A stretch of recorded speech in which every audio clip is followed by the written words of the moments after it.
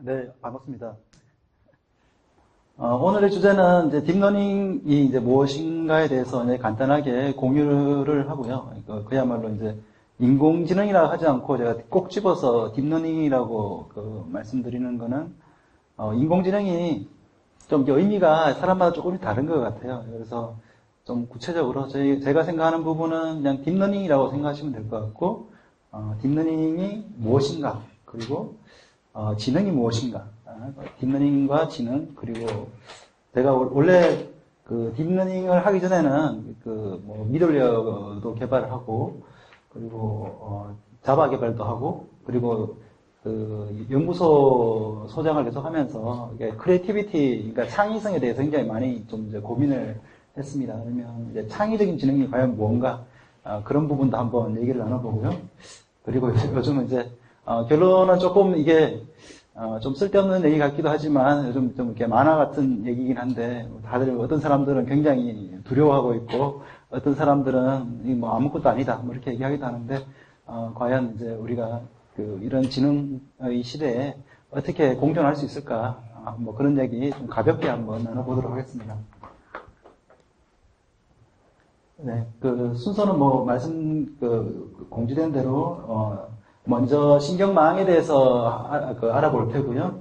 그리고 나중에 하나씩 신경망을 알아본 다음에 강화학습이나 좀 게임 이론 뭐 이런 부분에 대해서 잠깐 그것도 찰랑찰랑하게 얇게 알아보고요. 그 다음에 지능이 무엇인가, 공존이 무엇인가 얘기 드리도록 하겠습니다. 지능이 뭐냐, 그러니까 오늘 주제가 이제 딥러닝인데요.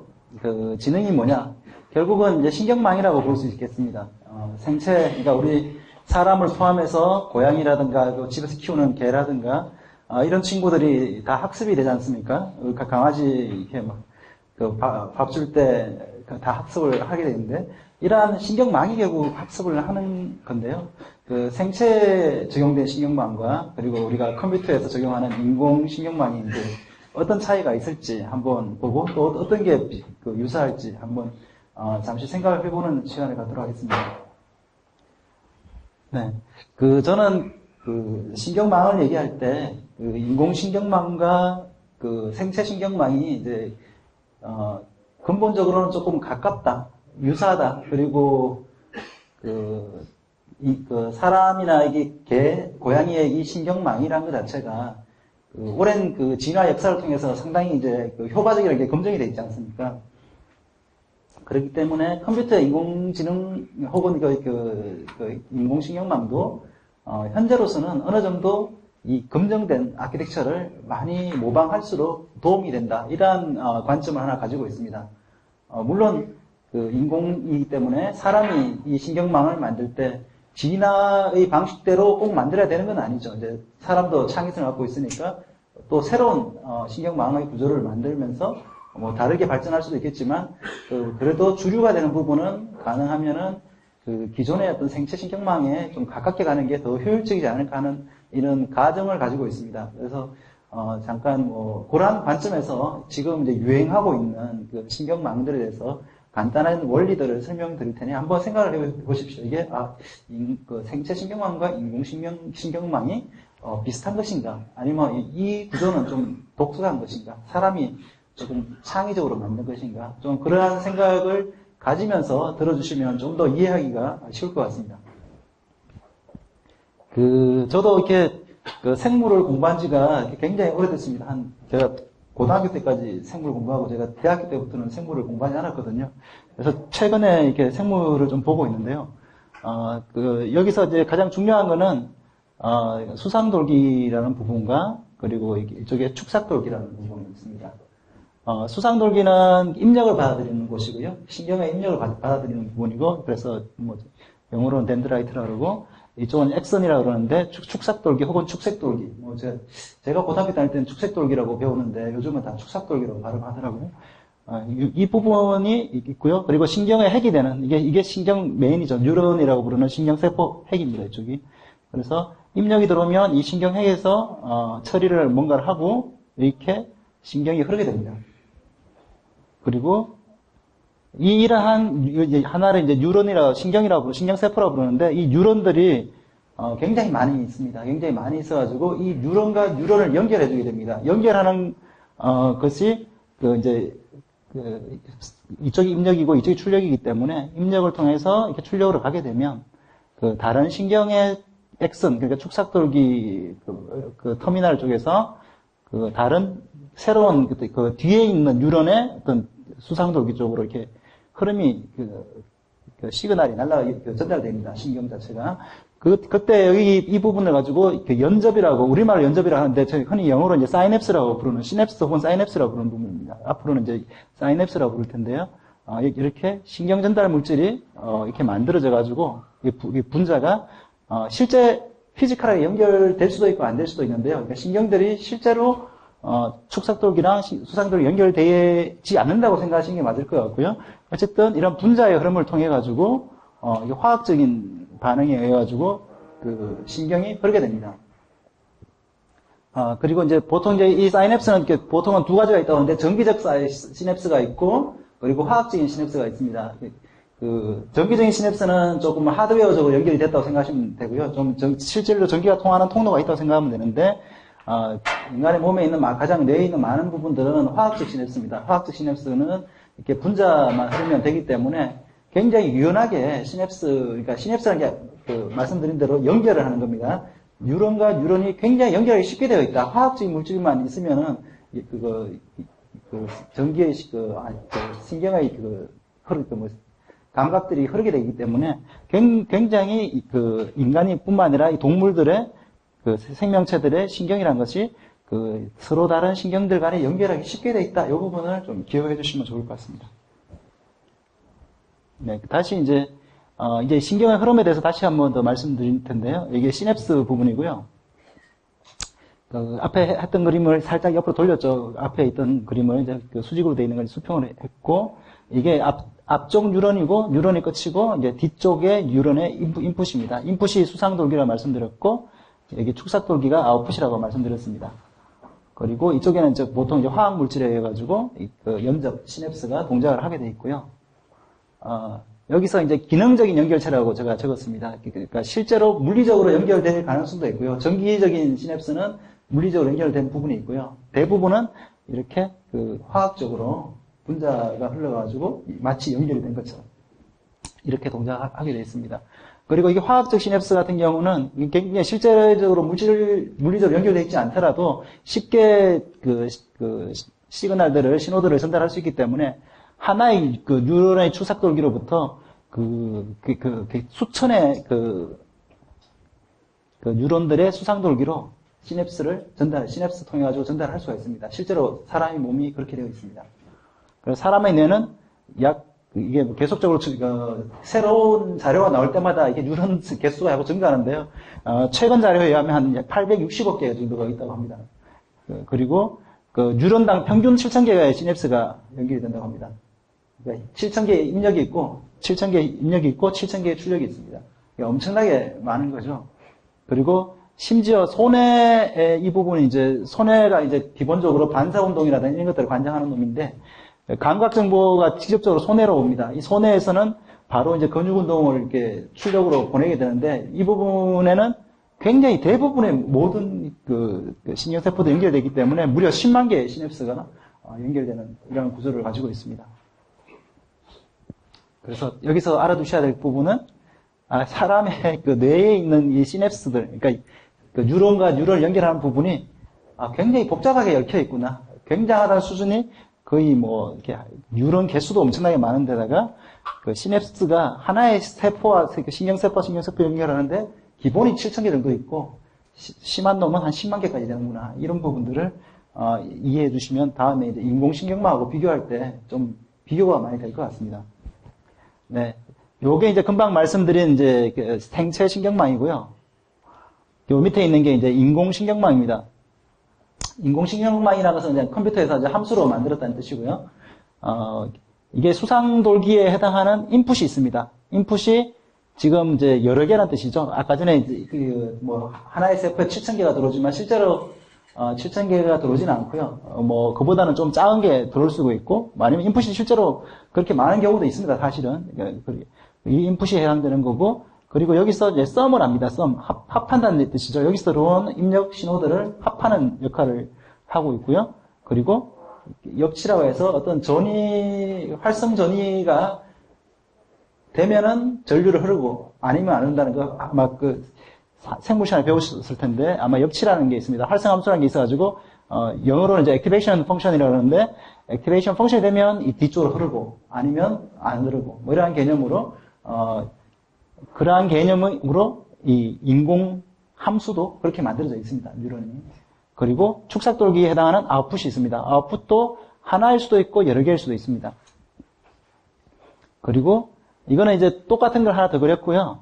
그럼 시냅스는 뭐냐? 아웃풋과 인풋을 연결해버리면, 그러니까 이 함수의 결과값을 이 함수의 인풋으로 주면은 시냅스가 되는 거죠. 이게 인공신경망에서는.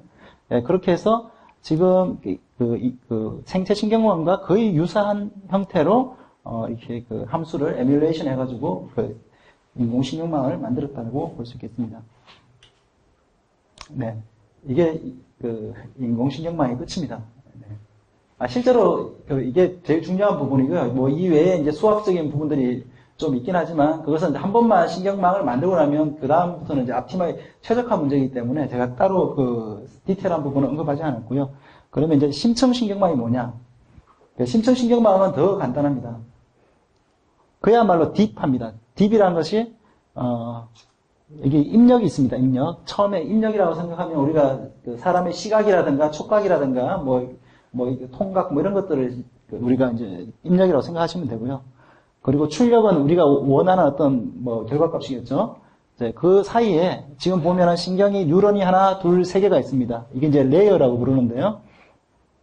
입력을 받는 레이어가 있고, 이쪽에 있구나. 입력이 있고, 출력이 있고, 그 중간에, 지금 은닉층이라고 해가지고, 역할이 뚜렷하게 보이지 않는 신경들이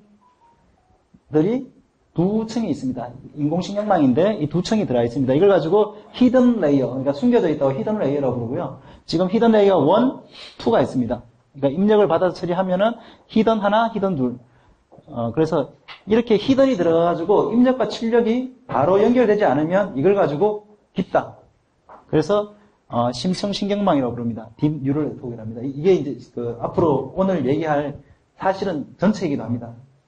딥러닝은 딥 뉴럴 네트워크를 사용해서 딥하게 배우는 겁니다. 계속 공부하는 거죠, 그냥.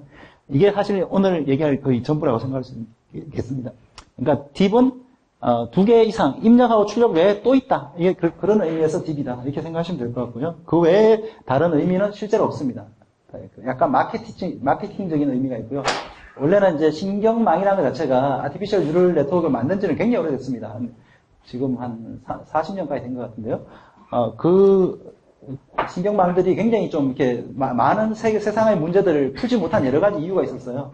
그런데 최근에 들어와가지고 굉장히 많은 문제들을 풀기 시작했습니다. 네, 그러면서 이제 기존의 뉴럴 네트워크를 그냥 신경망이라고 하니까 이렇게 뭔가 사람들한테 와닿지 않으니까 이제 좀 새롭게 이름을 바꿔서 깊은 신경망이다.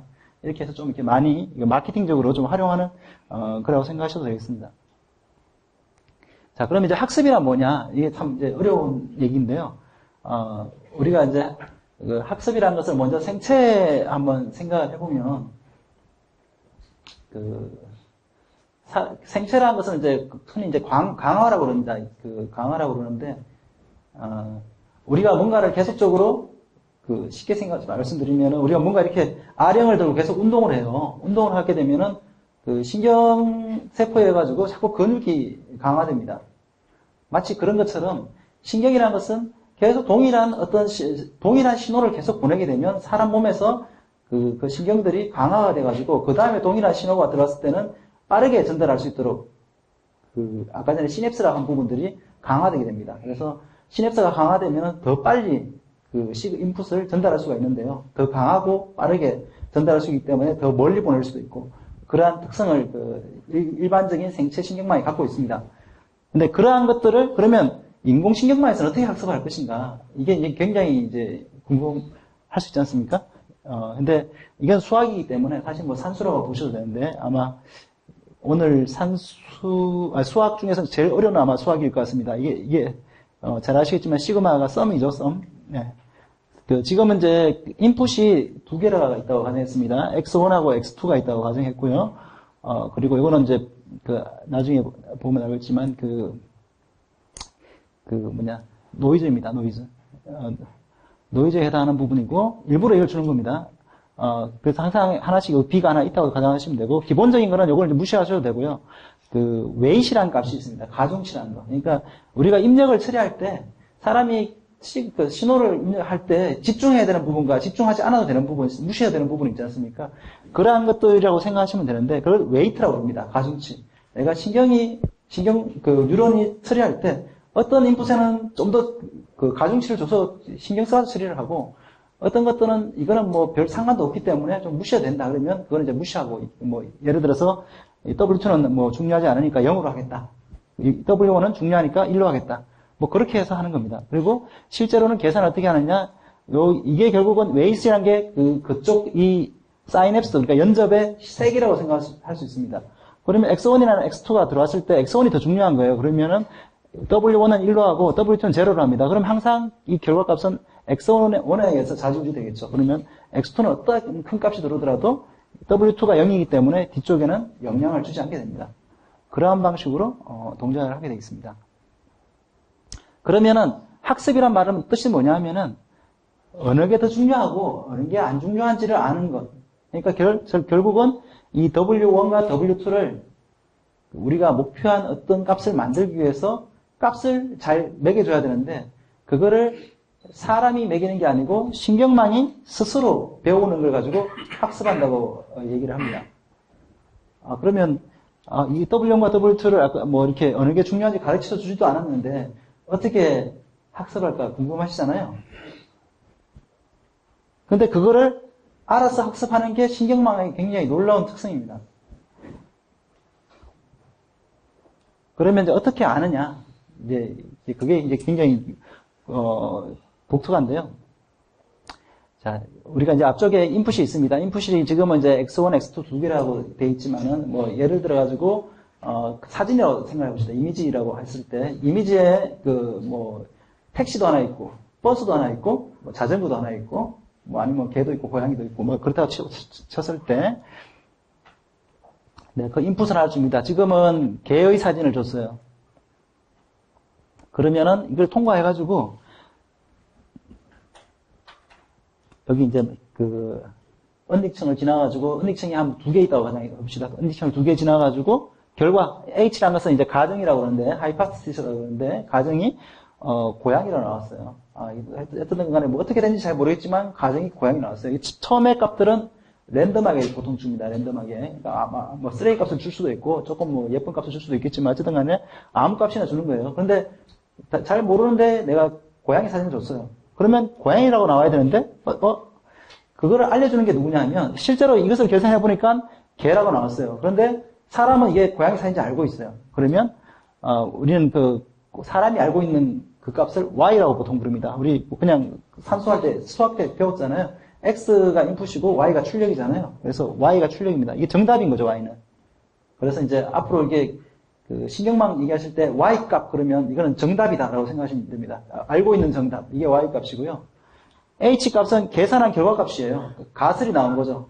이 모델을 가지고 막 계산했더니 개가 나왔어요. 근데 정답은 고양이거든요. 그러면은 개 빼기 고양이의 제곱 이걸 가지고 비용함수라고 합니다. 물론 이제 개 빼기 고양이가 뭐냐 이걸 계산할 수는 없기 때문에 개는 1이다, 고양이는 2다라고 미리 다 정의를 해놨습니다. 그죠? 개라는 것을 그냥 개라고 처리할 수는 없으니까 수학으로 하기 때문에 그러면은 이거는 결과가 코스트 J가 약 1이 나오겠죠. 뭐 1의 제곱이니까 막 그런 식으로 해가지고 계산합니다. 그러면 어떻게 하느냐? 이 J가 자꾸 줄어들도록. 그러니까 이게 J란 게 뭡니까? 나는 고양이라고 생각했는데 이게 개더라. 뭐 달라지는 그 차이잖아요. 그 차이를 자꾸 줄이도록 하는 게 바로 학습이고요. 그 학습의 방법 자체가 굉장히 많이 쓰이는 방법이 역전파라는 방식입니다. 이 값이 1이 나왔기 때문에 이거 1이야. 이 웨이트를 바꿔. 가중치들을 바꿔. 이렇게 해가지고 하는 게 방향이 이쪽에서 결과에서 인풋 쪽으로 돌아오잖아요. 이걸 백프로퍼게이션이라고 합니다. 역전파라고. 방향이 반대잖아요. 그래서 금방 말씀드린 대로 실제 그 기대값하고 이 기대값이 우리가 생각하는 y고요. 이 모델을 통과시킨 그 결과값, 이걸 이제 h라고 부르는데, 이게 처음에는 완전히 엉터리 값이 나오겠죠, 사실은. 이거 처음에는 전혀 학습이 안 돼 있으니까. 근데 그 값을 차이를 가지고 보통 이제 차이의 제곱을 보통 쓰는데요. 여러 가지, 어쨌든 그 차이를 가지고 그 비용 함수라고 부릅니다. 코스트 펑션. 차이를 표현할 방법도 여러 가지 있을 수 있지만, 보통 이제 제곱을 쓰는 거는 이제 크기만 보기 때문에 그 마이너스 플러스 별로 중요하지 않다. 이렇게 해서 이제 하는 거고요. 그렇게 해서 그러면 이 W 값을 어떻게 업데이트 해야 될까? 처음에는 이게 1하고 빵이었는데, 알고 보니 이게 0, 1이 돼야 돼요. 정답은. 만약에 정답을 알고 있다 그러면 이걸 어떻게 이놈이 스스로 학습하도록 하느냐? 그게 바로 이제 백프로파게이션 방식인데, 그냥 제가 예를 들어 말씀드리겠습니다. 여기 인풋이 들어왔잖아요. 처음에 들어와가지고 W1이 1이고 W2가 0예요. 그러면 X1이라는 값이 나왔죠. 그러면 X1이라는 값이 계산해가지고 어떤 값이 나왔어요. 이게 개라고 나왔어요. 그러면 정답이 만약 고양이였다. 그럼 그 차이의 제곱을 가지고 이 기울기를 산정을 해요. 기울기란 게 뭐 그 변화의 기울기인데, 그 편미분이라고 보통 얘기하는데, 그 델타들을 가지고 이 역으로 계산해가지고 이 W 값과 W2 값을 변화를 줘요. 그 기울기가 정답에 가깝도록, 기울기가 0에 가깝도록 자꾸 조금 줄어가는 거예요. 그러한 방식으로 이게 그 이미지가 만약에 한 10만 개 있어요. 10만 번을 반복하는 거죠. 한 번 이렇게 쭉 보내고 W가 바뀌잖아요. 그리고 또 한 번 또 보내요. 그 다음에 또 바뀌어요. 처음에는 개 그림이었고, 그 다음에 고양이 그림이었고, 하여튼 뭐 개 그림도 한 10,000장 있고, 고양이 그림도 한 10,000장 있어요. 그런데 계속 나오는 값은 처음에는 다 엉망이다가, 이거를 이렇게 10만 번씩 하면서 이 W 값이 계속 바뀌거든요. 그러고 나면, 신기하게도, 나중에 가서는, 이 개다 하면 실제 개를 맞춰가게 되고, 고양이인 것은 또 고양이를 맞춰가게 돼 있어요. 그게 놀랍게도 그렇게 되어 있고, 그 내부적인 함수는 우리가 잘 보기는 어렵죠. 그 뒤에서 한번 얘기를 하긴 할 텐데요. 하지만 그걸 모르지만은 학습을 많이 시키면 많이 시킬수록 이놈이 신기하게도 정답을 찾아가더라. 바로 그게 신경망의 원리입니다. 그래서 실제로 계산을 하는 거는 이거 뭐라 하죠? 그 forward propagation이라고 하고 그냥 feed forward라고 하는데 앞쪽으로 이렇게 순전파를 하고 이렇게 W를 바꾸는 것을 이제 역으로 결과값으로부터 반대 방향으로 온다 해서 역전파라고 한다. 이게 이제 앞으로도 굉장히 많이 나올 겁니다. 아마 여러분들이 만약에 딥러닝을 가지고 뭘 하실 일이 있으면 계속적으로 이 과정을 프로그래밍을 하시게 된다고 생각하시면 되겠습니다. 그래서 제가 사실 인공신경망에 대해서는 다 말씀드렸는데요. 이게 여기서 이제 중요한 게 있습니다. 왜 인공신경망이 이렇게 각광을 받고 있느냐? 뭐 AI니 뭐니 하는 이렇게 막 아름다운 소설 제외하고 우리가 이제 현실적으로 부딪히는 부분들은 이러한 특성이 있습니다. 굉장히 복잡한 함수를 데이터가 많으니까 굉장히 잘 학습을 해주더라. 내부적인 건 잘 모르겠는데 이렇게 계속 정답하고 달라지는 차이를 가지고 계속 트레이닝을 하니까 점점 근사해가지고 그 복잡한 함수가 뭔지도 모르는 함수를 맞춰가지고 어쨌든 간에 정답을 만들어주더라. 그게 굉장히 인공신경망의 독특한 특질이고요. 그리고 옛날에는 머신러닝이라든가 아니면 통계적인 방법이라든가 이런 것들을 쓸 때 그 데이터를 처음에 분석할 때 먼저 아까 전에 Y 값이라 했잖아요. 결과에 맞는 X 값을 고르려고 굉장히 노력을 많이 했어요. 그 여러 가지 방법론이 나오는데 뭐 그러한 것들을 상대적으로 이게 뭐 당연히 X랑 Y랑 아무 상관이 없는데 X 값을 주면은 당연히 절대 학습이 안 됩니다. 그거는 어떤 경우도 논리적으로 학습이 가능한 데이터를 줬을 때 학습이 되는데 그 X라고 하는 것들이 여러 가지 값들이 있거든요.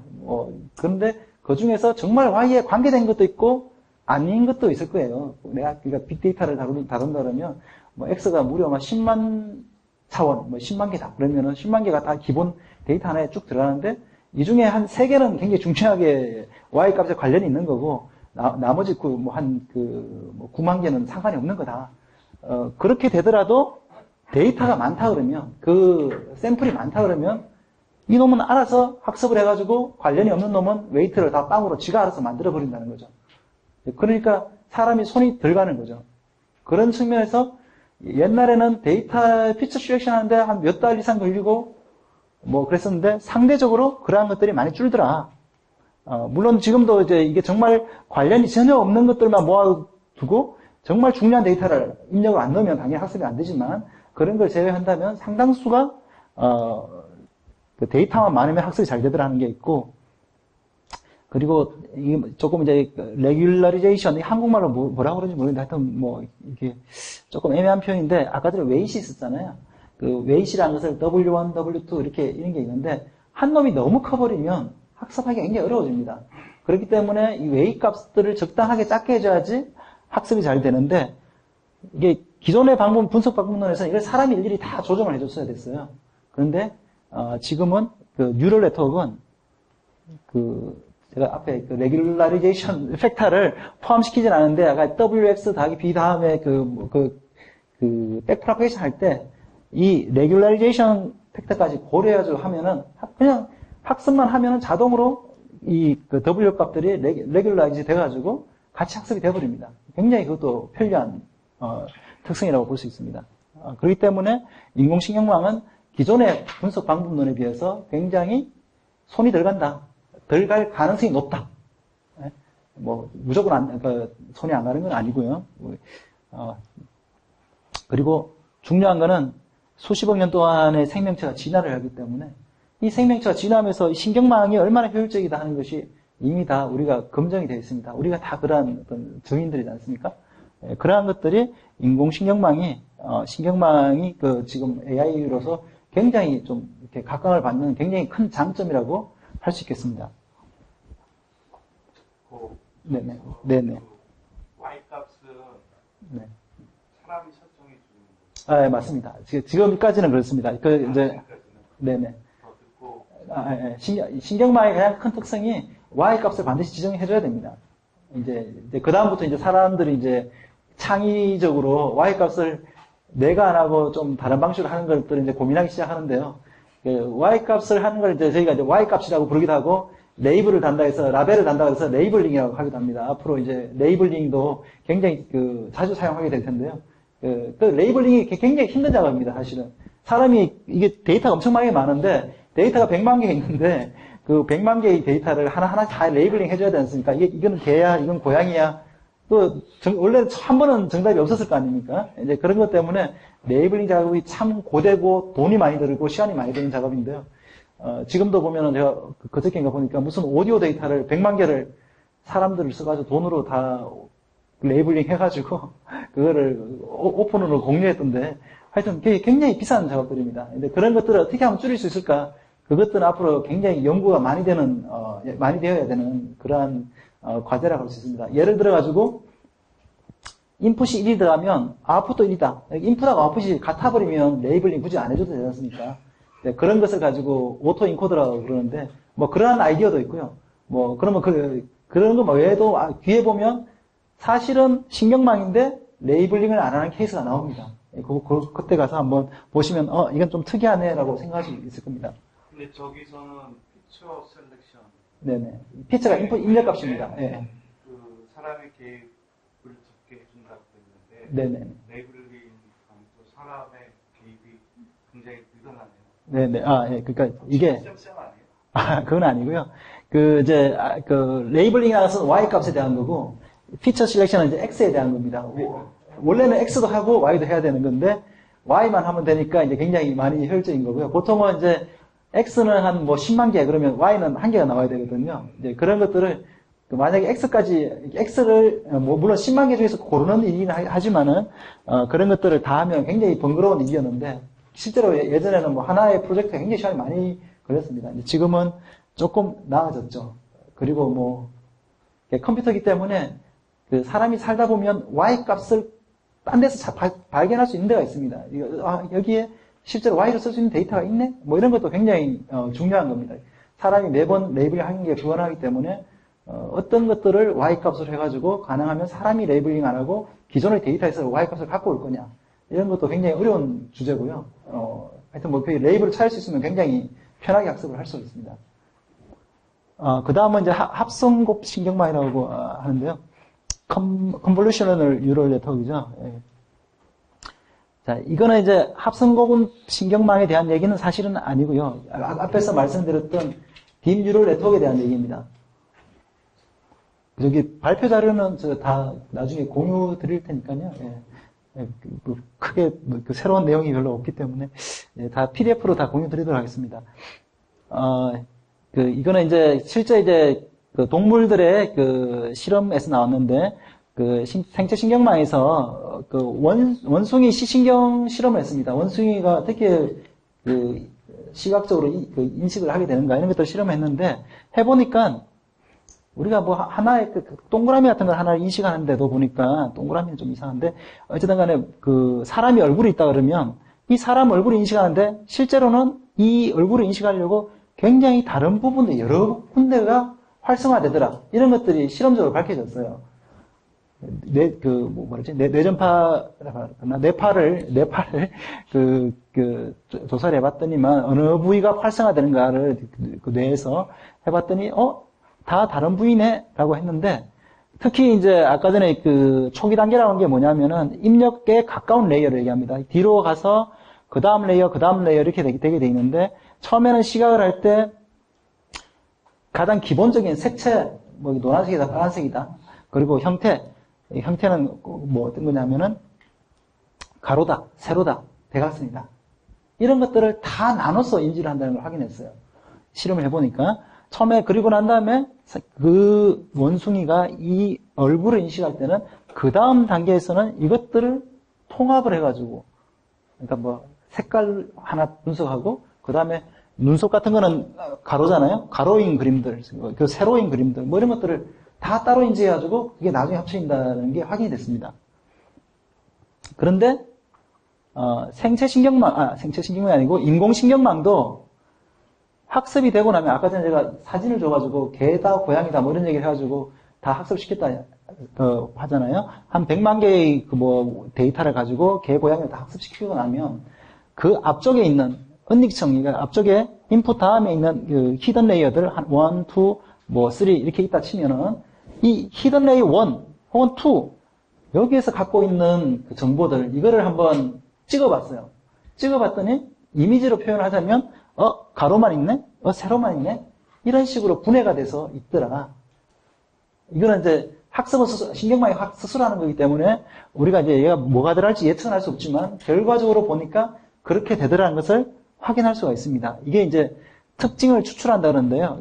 그 어떤 이미지 혹은 오디오도 마찬가지입니다. 그 음성 신호도 마찬가지인데 그 특징들을 자기가 아는 특징들만 딱 추출해가지고 각각의 그 웨이트 값에 저장을 하고 있더라는 거죠. 그러한 것들이 실험을 통해서 생체 실험을 통해서 많이 밝혀져 있습니다. 그러면은 이러한 원리를 잘 활용해서 좀 시각 처리를 잘 해볼 수 없을까라고 시각 데이터를 잘 처리해 볼 수 없을까라고 한 게 컨볼루셔널 뉴럴 네트워크라고 할 수 있습니다. 그러니까 이러한 어떤 이게 뭐 성이죠. 성이고 여기 나무가 있고 뭐 이러한 이미지가 있다고 가정을 합시다. 이걸 가지고 얘가 학습을 하는데 저쪽에 여기 y 값이 있습니다. y 값. 이 y 값이 뭐 이게 성이다, 집이다, 차다 뭐 이런 걸 가지고 쭉 했겠죠. 여기서 어떤 아이디어를 했냐면 이걸 가지고 이렇게 계속 히든 레이어를 만들어 가니까 너무 계산이 많아져요. 너무 계산이 많아가지고 컴퓨터 사양도 좀 요즘 뭐 GPU 많이 좋아지고 하긴 하지만 그래도 너무 계산량이 많아지는데 어차피 이게 피처 맵이라고 해가지고 특징들을 가로만 뽑아내, 세로면 세로만 뽑아내 이런 식으로 따로 지정을 해서 몇 개의 피처들을 뽑아내는 겁니다. 그리고 난 다음에 그 다음에는 또 어떻게 뽑아낸 특징에서 그것도 디더링을 해버립니다. 저 이미지 디더링이 뭐 하는 건지 아시죠? 이미지 디더링이라는 것은 해상도를 떨어뜨리는 겁니다. 약간 이제 해상도 떨어뜨려도 고양이 해상도를 뭐 4분의 1로 떨어뜨려도 고양이 얼굴인 건 제가 인식할 수 있잖아요. 그게 꼭 그 HD로 봐야만 고양이가 고양이인 건 아니니까 그렇게 하면은 계산량이 줄어들겠죠. 그 다음에 또다시 피처를 6개 더 뽑습니다. 여기서 이 만들어진 걸 가지고 그리고 난 다음에 또다시 한번 디더링을 하고 이런 식으로 하면은 계산량이 엄청나게 줄어들게 됩니다.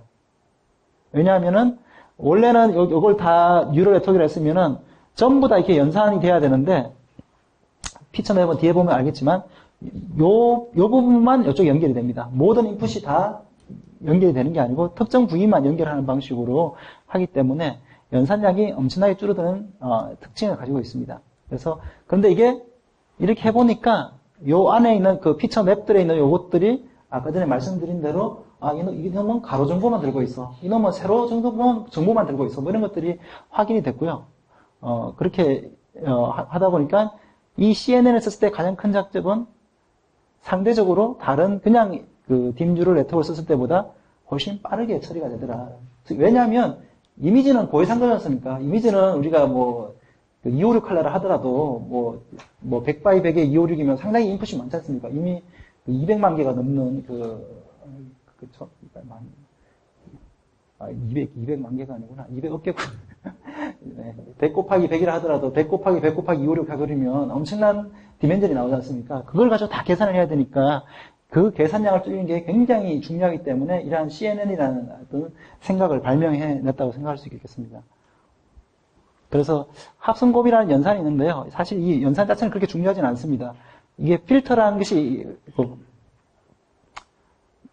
요게 이제 필터를 나타내는 건데요. 이 필터라는 것이 실제로는 별도로 만들어져 있는 건 아니고 다음에 있는 은닉층입니다. 그냥 뉴럴 네트워크인 거죠. 요 계산 어떻게 하느냐? 그냥 굉장히 쉽습니다. 그냥 여기다가 이미지가 이렇게 있으면은 요 필터를 이렇게 적용합니다. 여기 그냥 곱하면 됩니다. 1 곱하기 1, 1 곱하기 0. 여기 자기 위치에 맞는 애들끼리 곱해가지고 하면은 결과적으로 곱하고 난 다음에 그 결과를 다 더합니다. 그러면 0인 놈들은 다 날아가니까 요거 4개 남죠. 4가 됩니다. 그렇게 해서 피처 맵을 만들게 됩니다. 네. 그래서 이 이미지를 통해서 이렇게 피처 맵들을 만들게 됩니다. 근데 이게 실제로 이게 원래 합성곱이라는 연산이 있긴 한데, 실제 합성곱 연산을 하느냐? 그거는 아무도 모릅니다. 이 연산이 뭔지 이 필터 자체도 아까 전에 말씀드린 백프로퍼게이션에서 학습이 되는 거기 때문에 실제 합성곱을 하는 거지, 뭐, 다른 걸 하는 건지, 이거는 정확히 알려져 있지 않지만, 이게 기존의 이미지 연산하는 합성곱이라는 컨볼루션 오퍼레이션하고 굉장히 유사하다 해가지고, 이렇게 표현을 하고 있습니다. 네. 하여튼, 그렇게 해서, 실제로는 아까 앞에서 보신 대로 필터를 하나만 쓰는 건 아니고요. 당연히 여러 개를 써야 됩니다. 이 필터를 몇 개를 써야 될 것인가, 피처 맵을 몇 개를 만들 것인가, 이거는 이제 우리가 뉴럴 네트워크를 CNN을 구성할 때 지정을 해줘야 됩니다. 물론 이제 기본값이 있을 수 있고요. 그리고 앞에서 말씀드린 대로 필터를 우리가 지정하는 게 아니고 이것도 마찬가지로 학습이 되는 건데, 이게 굉장히 재밌는 부분은 아까 전에 제가 이 피처는 뭐 이렇게 가로만 들고 있네, 뭐 이 피처는 세로만 들고 있네, 이런 얘기를 말씀드렸잖아요. 그러면 이거 명확하니까 사람이 이 필터를 지정해주면 어떨까라고 생각할 수 있잖아요. 근데 사람이 이 필터를 지정해가지고 야 가로만 뽑아내 이렇게 해가지고 실제로 해보면 학습이 하나도 되지 않습니다. 그게 굉장히 놀라운, 사람이 판단해주는 방식이 아니라 뉴럴 네트워크에 학습되는 방식은 그 내부적인 메커니즘을 정확하게 모른다는 거죠. 그리고 사람이 딱 지정해주면 오히려 학습이 되지 않는 그런 문제가 있습니다.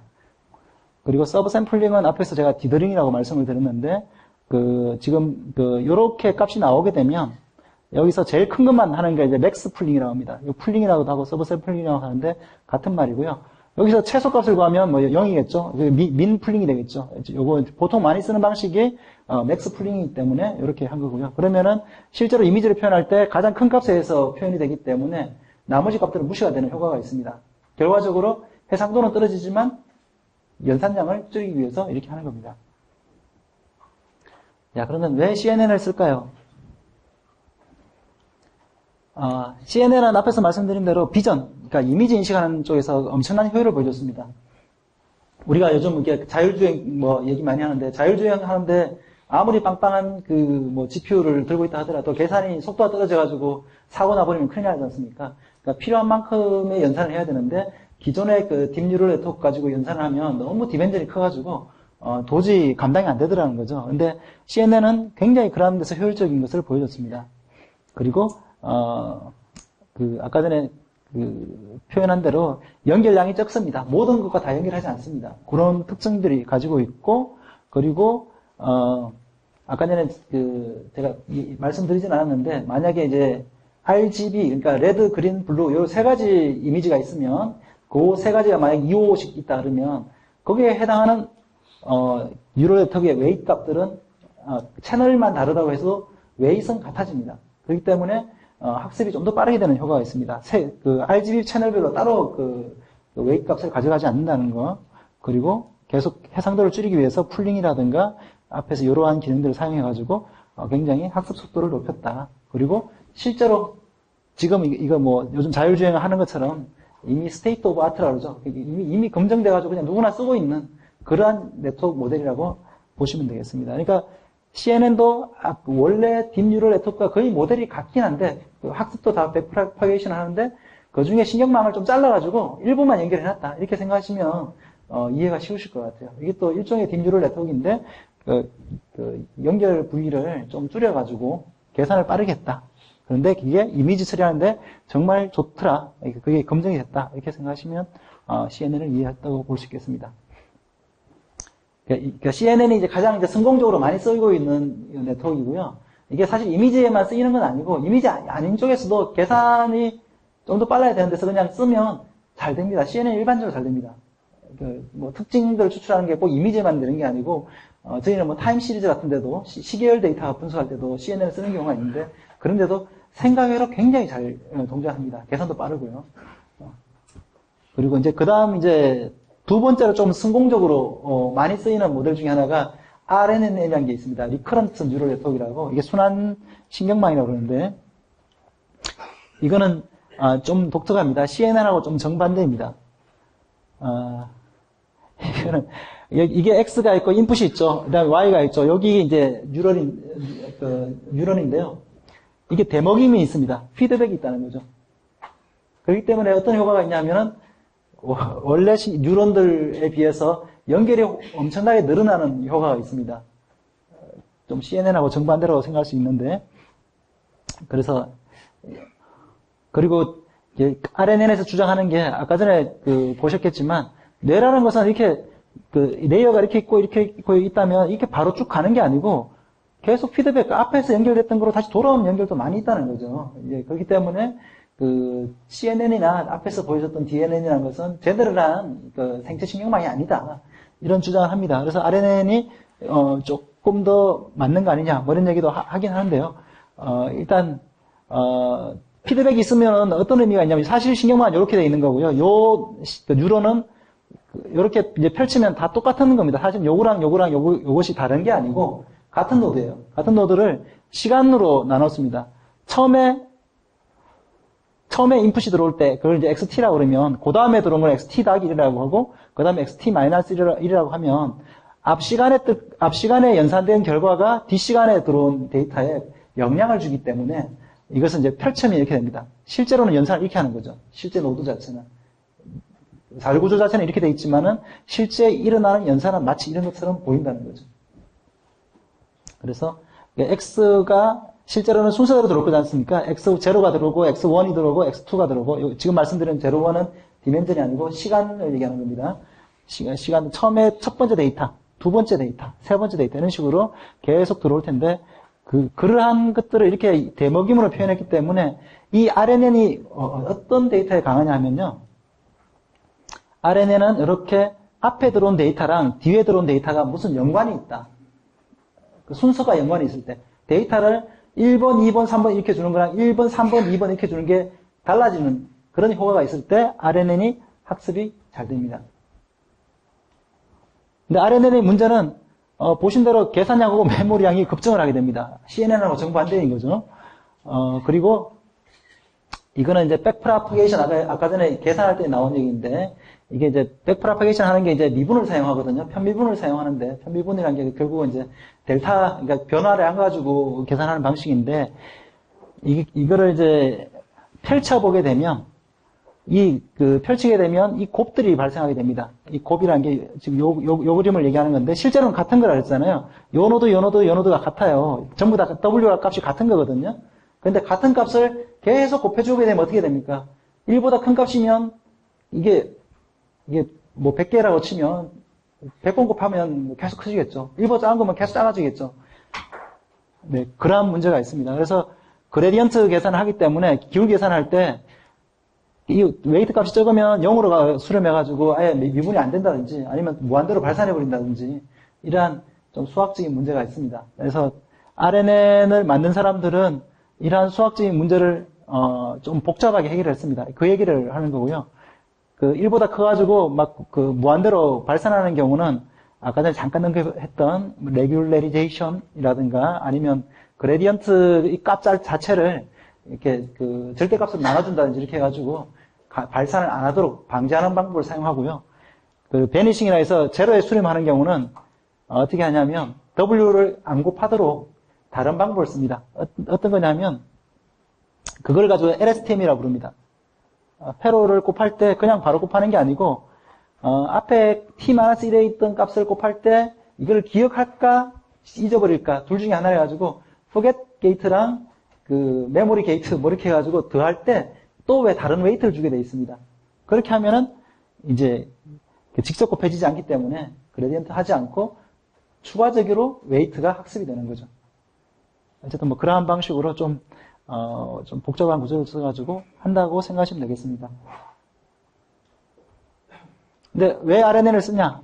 순수가 의미 있는 입력값들, 그러니까 첫 번째, 두 번째, 세 번째가 서로 관련이 있을 때, 우리가 말을 할 때 아버지가 방에 들어가신다 할 때 아버지가 하고 방해하고 들어가신다고 세 개가 순서가 바뀌면 안 되잖아요. 아버지가 들어가신다 방해하면 의미가 바뀌어버리잖아요. 그러한 데이터들을 학습할 때 RNN이 굉장히 효과가 있습니다. 그리고 뭐 이거는 마르코프 모델이라는 것은 모르셔도 되는데 뭐 하는데 많이 쓰이는 거냐 하면은 음성 인식할 때 음성을 하면 이게 우리가 뭐 진동을 통해서 하잖아요. 그러면 먼저 음원에서 하고 나오면은 아 하고 난 다음에 지 이렇게 하면은 앞에 아하고 버하고 약간씩 이렇게 겹치게 됩니다. 파동들이. 그런 것들을 이제 그전 시간대가 다음 시간 영향을 미치는 방식인데 현재의 상태가 다음 상태에 영향을 주는 걸 가지고 마르코프 모델이라고 생각합니다. 근데 그거 이제 확률 모델이 아니고 이게 뉴럴 네트워크는 결정론적 모델에 가깝거든요. 그런 부분들이라고 생각할 수 있습니다. 수식들이 굉장히 비슷해요. 그러니까 수학하는 사람들 보면 이거 마르코프 모델 아니냐? 뭐 이런 얘기를 하기 때문에 이게 많이 이제 얘기를 하는 거고요. 실제로 많이 쓰이는 거는 필기체 인식할 때 그리고 음성 인식할 때 그 마르코프 모델도 많이 쓰이긴 하는데 그 음성 인식할 때도 RNN이 많이 쓰이고요. 요즘은 그 네이버나 그 구글에서 번역할 때 할 때 5,000자까지 뭐 지원한다든지 뭐 이런 거 하잖아요. 5,000자를 다 순서대로 쭉 먹여가지고 입력을 학습을 시키면 이놈이 한글을 영어로 번역을 해주더라. 근데 생각보다 잘해주더라. 이게 이제 RNN이라고 생각하시면 될 것 같습니다. 그런데 이제 여기서 이제 메모리라는 말은 기억이라는 것은 이게 RNN이라는 것이 이제 자꾸 LSTM이라고 아까 Long Short-Term Memory 굉장히 연결이 길다는 적이 있죠. 단기 기억이라고 메모리란 말이 들어가지고 제가 기억이란 말을 썼는데 정말 그럼 생체에서 우리 사람이나 우리 강아지에서 기억이 뭐냐?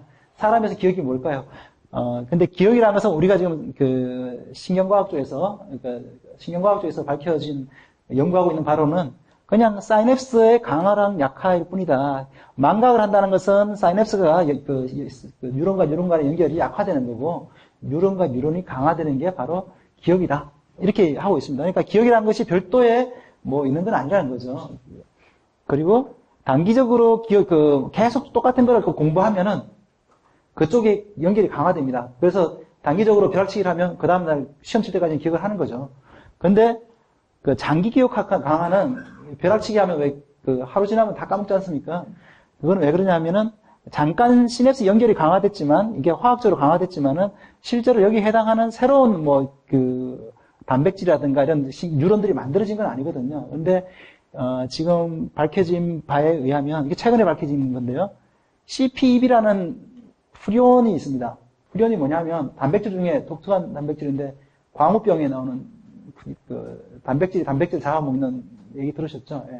예, 그런 건데 이놈은 단백질을 만드는 그 능력이 있어요. 프리온하고 거의 똑같은 건데 이놈이 장기 기억에서는 정말 열심히 공부를 하면 그에 해당하는 뉴런이 만들어져 버립니다.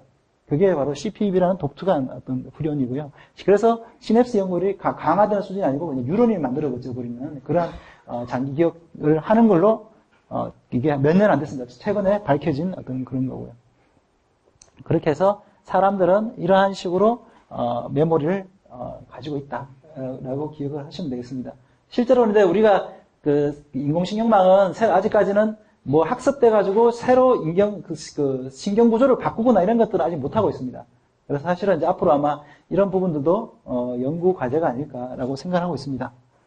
그래서 RNA는 이름에 메모리가 들어가긴 하지만 실제로 이 기억하고는 크게 상관이 없다. 이 부분은 좀 아시면 좋을 것 같아요. 네. 그럼 이제 CNN하고 RNN 말씀드렸고요. 그리고 이제 그 마지막으로 그 딥뉴럴 네트워크 중에서 굉장히 독특한 것 중에 하나가 이제 그 GAN이라는 게 있습니다. Generative Adversary Network이라고 실제로는 이제 적대 방식, 그러니까 대립을 하는 거죠. 두 개가 경쟁을 막 하면서 뭔가를 만들어내는, 결과적으로 뭐 이미지를 만든다거나 이렇게 막 새로 창조를 하는 그런 이제 네트워크입니다.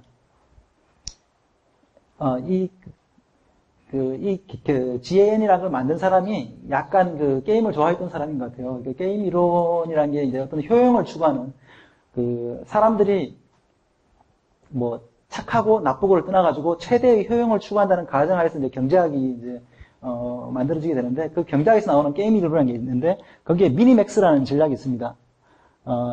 경제학에서는 게임을 어떻게 보냐면 효용을 극대화하도록 하는 행위자들이 어떤 전략을 가지고 최대한의 리워드를 뽑으려고 뭔가 전략을 구상, 의사결정을 하는 거, 이걸 게임이라고 봅니다. 그리고 이러한 그 게임에 대한 그 서로 여러 사람들, 액터들이 있는 데서 어떤 의사결정을 할 거냐, 딴 사람이 뭘 할지 잘 통박을 굴렸다가 의사결정을 해야 되잖아요. 이제 그러한 것들에 대한 이론을 게임 이론이라고 통칭을 합니다. 근데 여기에서 가장 그 많이 쓰이는 것 중에 하나가 미니맥스인데요. 이게 좀 웃기는 얘기긴 한데, 내가 최악의 경우에 발생하는 손실을 최소화하는 쪽으로 의사결정을 하겠다. 이게 미니맥스입니다. 그 반대는, 내가 요거는 이제 손실일 때 미니맥스를 쓰는 거고요. 내가 이득을 보는 경우에는 맥시민을 이제 쓰게 되는데, 두 가지는 거의 유사하다고 볼 수 있습니다. 이거는 내가 최악의 경우에 이익이 가장 정해졌을 텐데, 그때 그 최악의 경우를 최대화하는 거. 그러니까, 이게 뭐냐면 도박을 하지 않겠다는 거죠. 도박이라는 것은 최악의 경우에 왕창 손해를 보더라도 운 좋으면은 뭐 대박을 터뜨리겠다. 이게 도박이잖아요. 그러니까 지금 미니맥스 전략은 그 반대의 전략인 겁니다. 그래서 이러한 얘기가 있는데 지금 보면은 동그라미가 저예요. 동그라미가 저고 이 네모가 상대방입니다. 그래서 이제 내가 이제 수를 좀 내다봤어요. 경우의 수를 쭉 따져보니까, 앞으로 이제 지금 현재 제 위치는 여기 있습니다. 내가 이제 어떤 값을 선택해야 되는데, 그러면은 경우의 수에 쭉 보는 거예요. 내가 10이고, 더하기 무한대다. 더하기 무한대는 내가 이긴다는 뜻이고요. 마이너스 무한대는 내가 진다는 뜻입니다. 많으면 내한테 유리한 거고, 적은 값은 상대방한테 유리한 겁니다. 그러면은 10하고 무한대의 경우의 수가 있고 지금 파악해본 경우의 수가 이렇게 나왔어요. 지금 만약에 그러면은 이 경우의 수에는 지금은 첫 번째는 제가 선택을 해야 되고 그 다음에 상대방이 선택을 해야 되고 그 다음에 제가 선택하고 그 다음에 상대방이 선택을 합니다.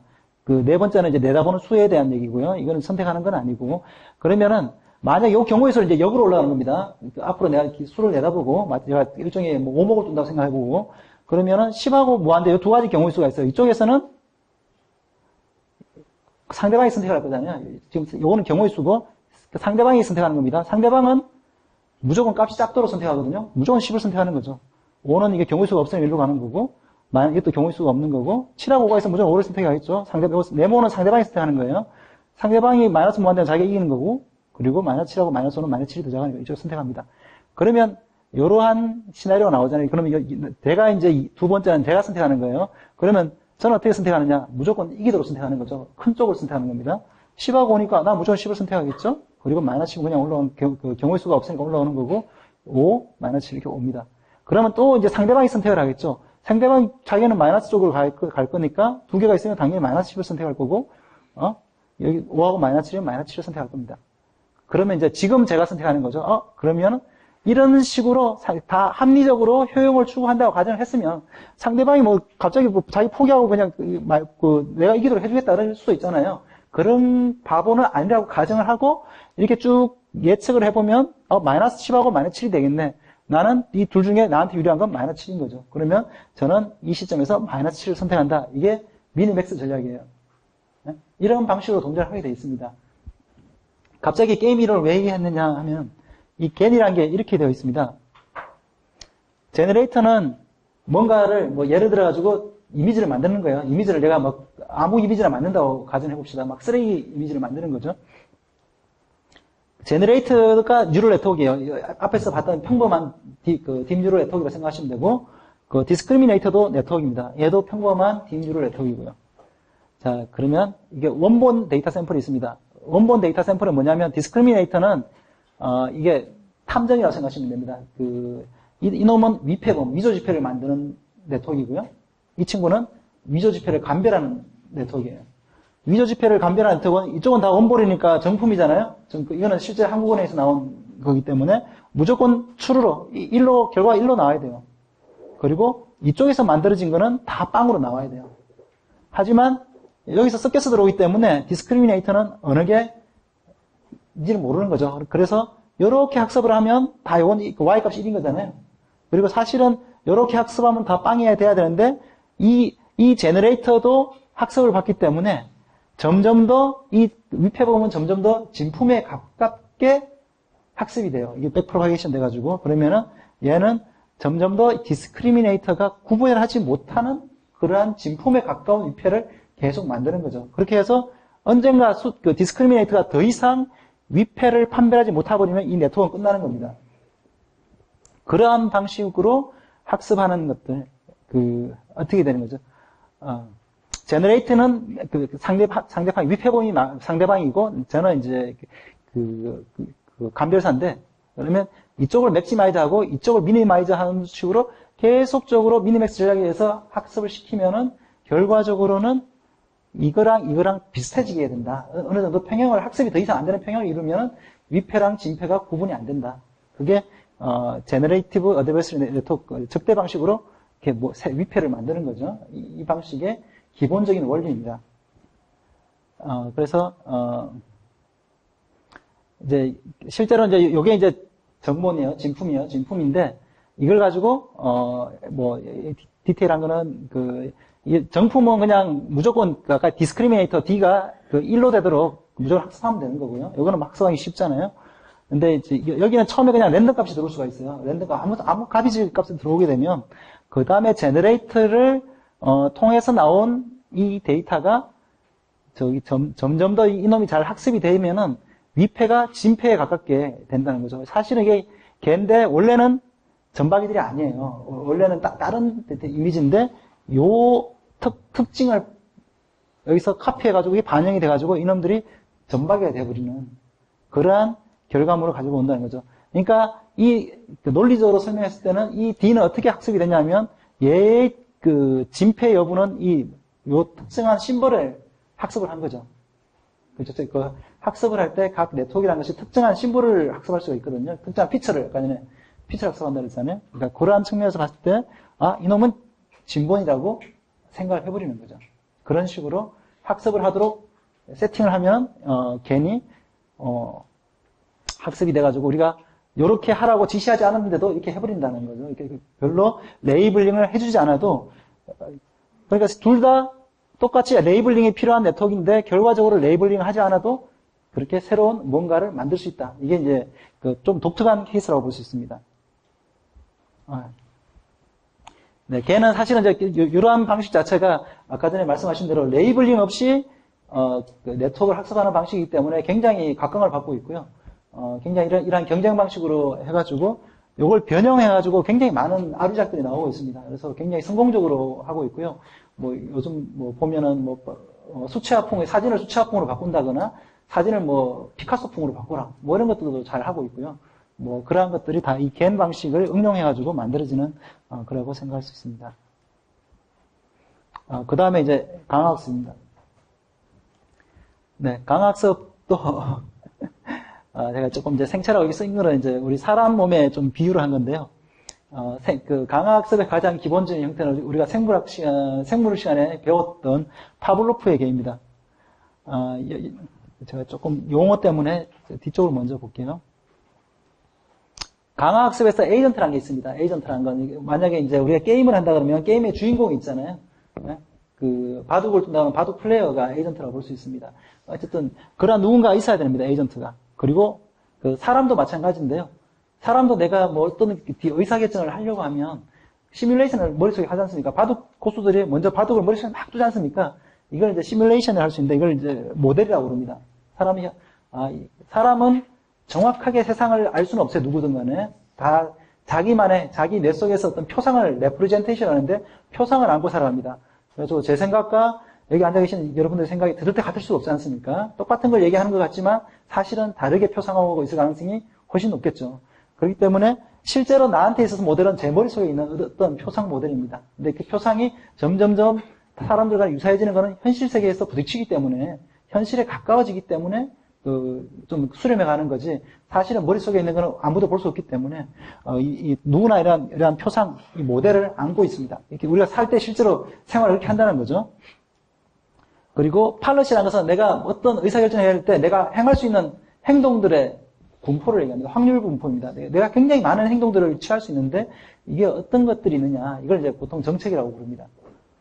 그리고, 내가 밸류라고 하는 가치죠. 내가 행동을 했을 때, 혹은 현 상태에서 기대할 수 있는 가치가 있고요. 내가 바둑 상황이 유리하다, 나쁘다, 이거 가치죠, 그죠? 가치값이 있는 거고요. 그리고 내가 바둑을 둘 때 여기다 두면 액션을 했을 때 여기서 기대할 수 있는 기대값은 얼마다, 이것도 밸류거든요. 그러한 것들을 밸류라고 부릅니다. 이때 밸류는 중요한 것은 좀 더 장기적이다. 이때까지 뉴럴 네트워크는 바로 가정값이 나와가지고 결과가 y값이랑 비교할 수 있었잖아요. 그게 아니고 여러 번 액션을 취하면, 세상이란 게 그렇잖아요. 우리 한 번 딱 뜬다고 거기서 끝나버리지 않잖아요. 그 다음에 상대방이 또 뭐 반응이 올 거고, 내가 또 뭐 하고, 그러면 계속 반복돼가지고 궁극적으로 기대할 수 있는 기대값, 그런 것들을 우리가 밸류라고 부릅니다. 그래서 아까 전에 얘기했던 그 뉴럴 네트워크의 비용하고는 다른 거죠. 코스트 펑션하고는. 그리고 액션 밸류는 그냥 스테이트 밸류는 현 상태에서 기대하는 그 장기적인 리턴을 얘기하는 거고, 액션 밸류는 내가 어떤 액션을 취했을 때 기대할 수 있는 그런 그 밸류를 얘기하는 거고요. 이 리워드는, 밸류랑 리워드가 이제 구분되는 건데, 리워드는 당장에 돌아오는 값. 그러니까 장기적으로 누적된 값이 아니고, 당장에 돌아오는 값을 얘기하는 거고, 앞에서 얘기했던 리턴들은, 앞으로 기대할 수 있는 리워드를 다 합하는데, 다 합한 값이거든요. 합한 값인데, 상대적으로 과거의 것들은 약간 그 할인율을 고려해가지고, 할인율을 뭐 제가 0.9로 주겠다, 혹은 뭐 0.7로 주겠다, 뭐 이렇게 하면은 얼마나 과거에 있던 행위들에 대한 그 리워드가 빠르게 소멸할 거냐, 이런 걸 결정할 수 있겠죠. 그렇게 해가지고 현재 값에서 기대할 수 있는 리턴 값을 하게 됩니다. 이런 것들을 이제 그 강학습이라고 그러고요. 그러면은 다시 보면은 에이전트가 세상입니다. 인바이러먼트, 우리가 둘러싸고 있는 세상이죠. 에이전트는 우리 자신이라고 생각하시면 되고, 내가 어떤 액션을 취하면 인바이러먼트부터 보상을 받아요. 리워드. 아까 전에 즉각적인 것을 리워드라고 했잖아요. 지금 당장 환경으로부터 내가 받는 값, 이게 리워드고, 오브저베이션은 뭐냐면 이거 외에도 에이전트가 지금 환경에 대해서 내가 보상하고 무관하게 뭔가 변화된 게 있는가 살펴볼 수 있지 않습니까? 그런 걸 오브저베이션이라고 해요. 그러면 에이전트는 이 오브저베이션 값과 리워드 값을 고려해가지고 내가 최적의 어떤 밸류를 가지고 다시 어떤 액션을 부릅니다. 그게 근거가 되는 게 이제 팔러시가 되는 거고요. 그렇게 해서 강학습은 이 에이전트의 이러한 누적된 경험들이 어떤 그 밸류에 반영하도록 내가 의사결정을 하는 걸 가지고 강학습이라고 하는 거죠. 그리고 이제 강학습의 가장 충격적인 예가 알파고였던 거고요. 자, 그러면은 다시 파블로프계로 돌아오면은, 제가 종소리가, 걔한테는 종소리가 일종의 observation이죠. 그죠? 종소리는 자기한테 리워드는 아니지 않습니까? 걔가 뭐 종소리 듣고 싶어가 듣는 것도 아니고 마음이 평화로워질 것도 아니니까 그냥 종소리는 observation이고 먹이를 주는 거는 리워드잖아요. 즉각적인 보상이니까. 그런데 이 두 가지를 계속적으로 반복하니까 보상 예측 오류라는 게 있습니다. 종소리란 걸 종이 치면 내가 이거 리워드를 기대해도 되는구나라고 얘는 착각을 한 거죠. 사실 착각하도록 파블로프가 유도를 한 거고요. 그러면 이제 오브저베이션 값을 가지고 잘못 얘는 이제 한 거죠. 그런데 이게 종소리 울릴 때마다 먹이를 주면 착각한 게 아닌 거죠, 사실은. 근데 종소리 울렸는데 먹이를 안 줘. 이런 것들이 이제 오차값인 거죠.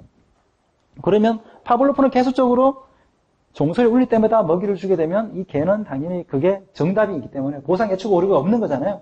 그럼 그때마다 학습을 해가지고 종소리가 울리면 당연히 침을 흘려도 되는구나 라고 생각을 하게 학습이 되게 되어 있습니다. 그걸 강화학습이라고 부르는 거죠.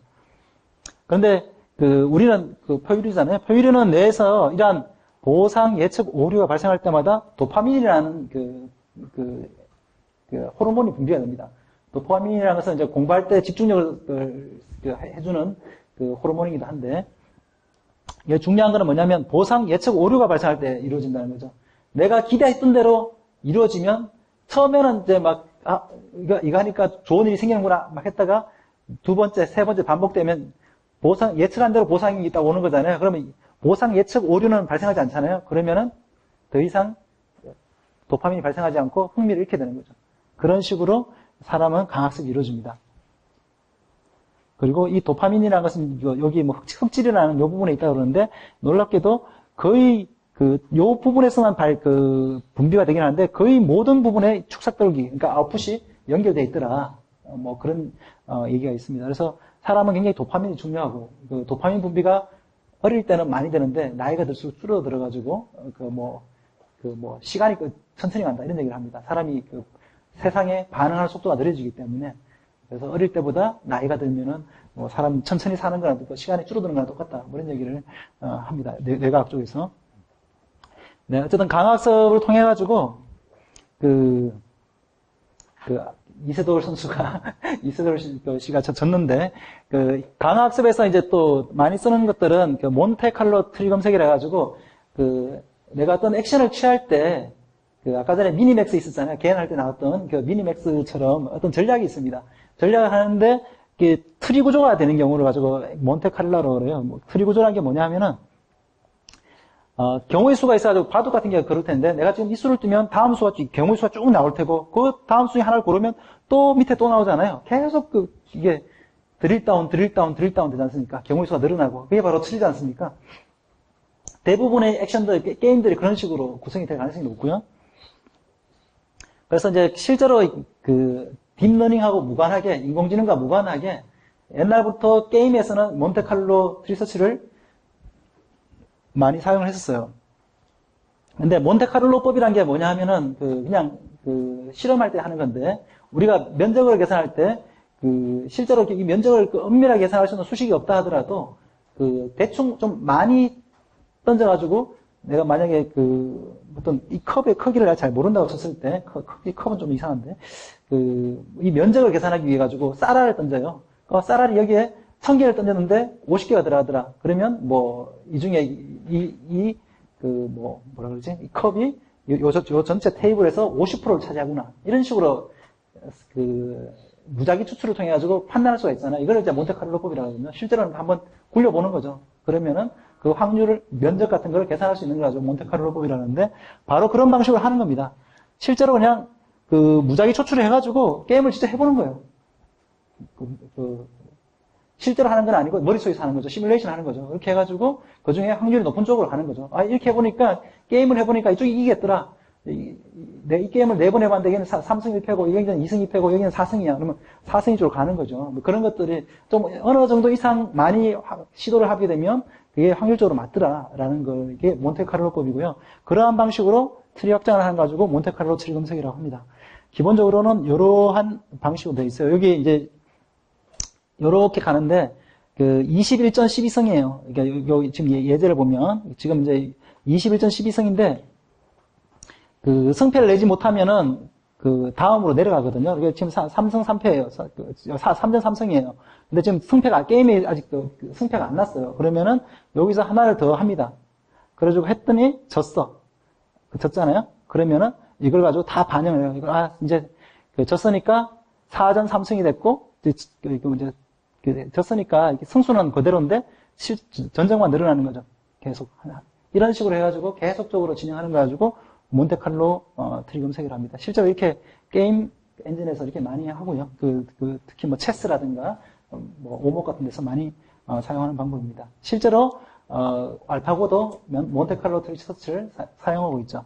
그런데 알파고의 특징은 몬테카를로 리서치를 써가지고 밸류를 아까 전에 말씀드렸던 밸류를 판단하는데 요번에 알파고 제로가 나왔죠. 그리고 사실은 최근에 알파 제로도 나왔지 않습니까?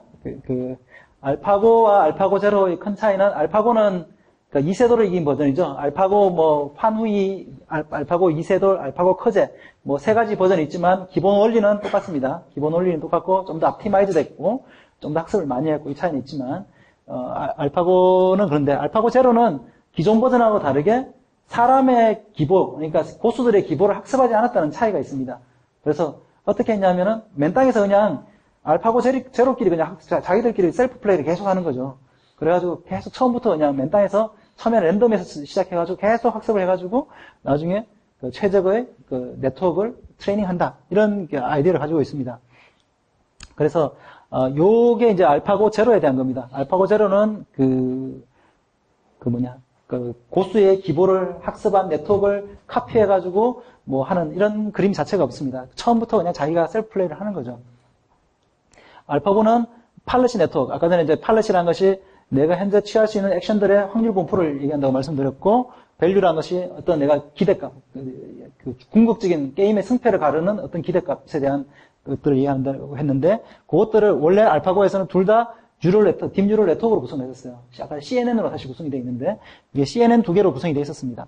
근데, 처음에 이제 팔러시 네트워크나 이런 것들을, 먼저 고수의 기보를 학습한 걸 가지고 카피를 해가지고 만들어요. 그런 식으로 해가지고 만들고, 그 다음 밸류 네트워크를 또 만들고, 그리고 각 리프 노드, 아까 전에 금방 보여드렸던 MCTS의 그 밑에 게임이 안 끝나면 계속 리프 노드로 내려가게 되는데, 거기 올 때마다 밸류 네트워크를 계산을 하고, 이미 네트워크가 트레이닝 돼 있으니까 계산을 하고, 그 다음에 패스트 롤아웃이라 해가지고, 그때마다 게임을 한번 떠봐요. 빠르게. 속기를 뜨는 거예요. 바둑을 막 속기를 떠가지고, 컴퓨터 워낙 빠르니까 여러 번 또 보는 거예요. 아, 졌다, 이겼다, 졌다, 이겼다. 막 이렇게 하면은, 그 중에 확률이 제일 높은 쪽하고, 이 밸류 네트워크하고 두 개를 컴바인 해가지고, 큰 쪽으로 내가 트리를 분기를 하는 겁니다. 실제로. 그러니까 바둑돌을 뜰 때 이 사람은 알파고 때는 실제로 엄청나게 많이 리얼타임으로 막 바둑을 뜨고 있는 거죠. 단지 속기를 하고 있을 뿐인 거고요. 근데 속기라는 것은 아무래도 오류의 가능성이 높은 거고. 근데 알파고 제로는 두 가지가 다릅니다. 펄러시 네트워크와 밸류 네트워크를 통합을 했어요. 그래서 하나의 모델, 그러니까 아까 전에 했던 히든 레이어가 똑같다는 거죠. 히든 레이어가 웨이시 똑같이 학습이 되는 거고, Y 값이 두 개일 뿐인 겁니다. Y 값이 하나는 팔러시, 하나는 밸류. 이렇게 학습하는 거예요. Y 값이 여러 개일 수 있다고 하지 않습니까? 위에 거는 Y 값이 하나였던 거고, 모델도 다르고 Y 값이 하나. 각각 서로 다른 모델이 두 개가, 네트워크 모델이 두 개 있었던 거고, 알파고 제로는 하나의 네트워크에서 Y 값이 두 개 있는 거예요. 그리고 기보학습 없이 자기 레전을 줬고, 그리고 롤아웃도 하지 않습니다. 속기를 뜨지 않고 그냥 학습된 데이터를 믿고 그냥 뜨는 거예요. 학습된 데이터가 맞다. 속기 같은 거 필요 없다. 그렇게 했는데 알파고 제로가 한 이틀 학습했더니 훨씬 더 승률도 높고 뭐 그랬더라. 뭐 그런 얘기를 하고 있습니다. 다시 생각을 해보면 뉴럴 네트워크가 원래 맞는 건 원래부터 알파고 제로였던 것 같고요.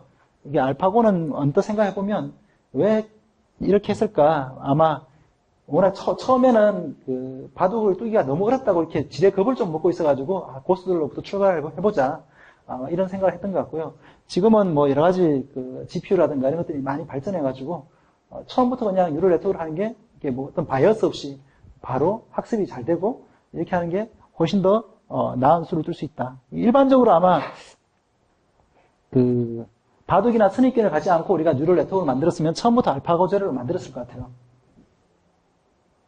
네, 어쨌든 그러한 방식으로 알파고 제로가 있었다는 거.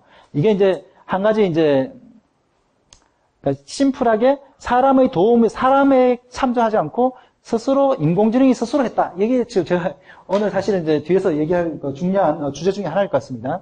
그거를 하나 참고하시고요.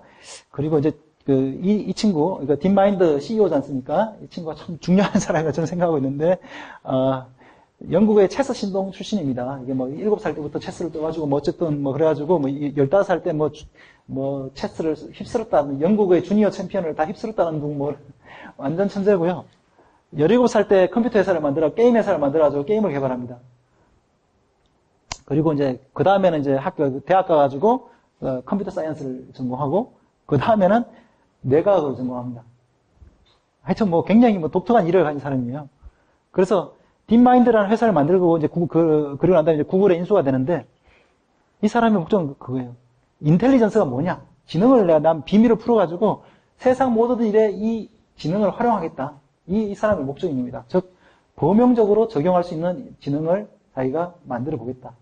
그 알파고도 사실은 이것의 일환으로 진행을 했던 거라고 볼 수 있습니다. 굉장히 이제 놀라운 사람이고요. 그래서 이제 지능이 과연 뭐냐? 일반적으로 사전적으로 보면 지능이라고 우리가 얘기하면은 다양한 환경에서 의사결정을 하는 문제다. 의사결정을 하는 문제를 잘 해결할 수 있는 능력을 가지고 지능이 높고 낮고를 얘기하는 거죠. 의사결정을 잘하는 게 지능이 높은 거다. 그죠? 일반적으로 그렇게 하는데 이 의사결정은 앞에서 이미 얘기가 된 거죠. 걔네에 나왔던 미니맥스라든가 금방 MCTS 이게 다 의사결정하는 거였잖아요.